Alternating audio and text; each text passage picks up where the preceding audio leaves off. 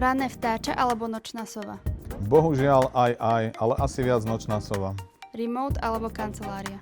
Kancelária. Doma neviem sústrediť sa tak na prácu, ako by som potreboval.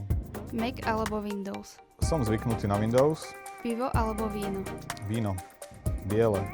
Suché. Hory alebo more. Milujem hory oveľa viac ako more. Halušky alebo guláš. Keďže som vegetarián, tak radšej halušky bez slaninky. Frontend alebo backend. Fú. Robil som kedysi ako vývojár oboje,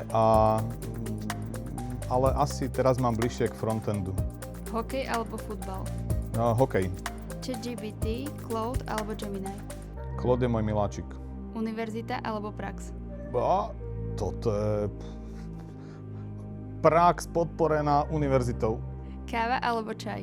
Milujem kávu a kvôli tlaku pijem čaj. Dark mode alebo light mode. Light. Slack alebo Teams. Teams. Pondelok alebo piatok.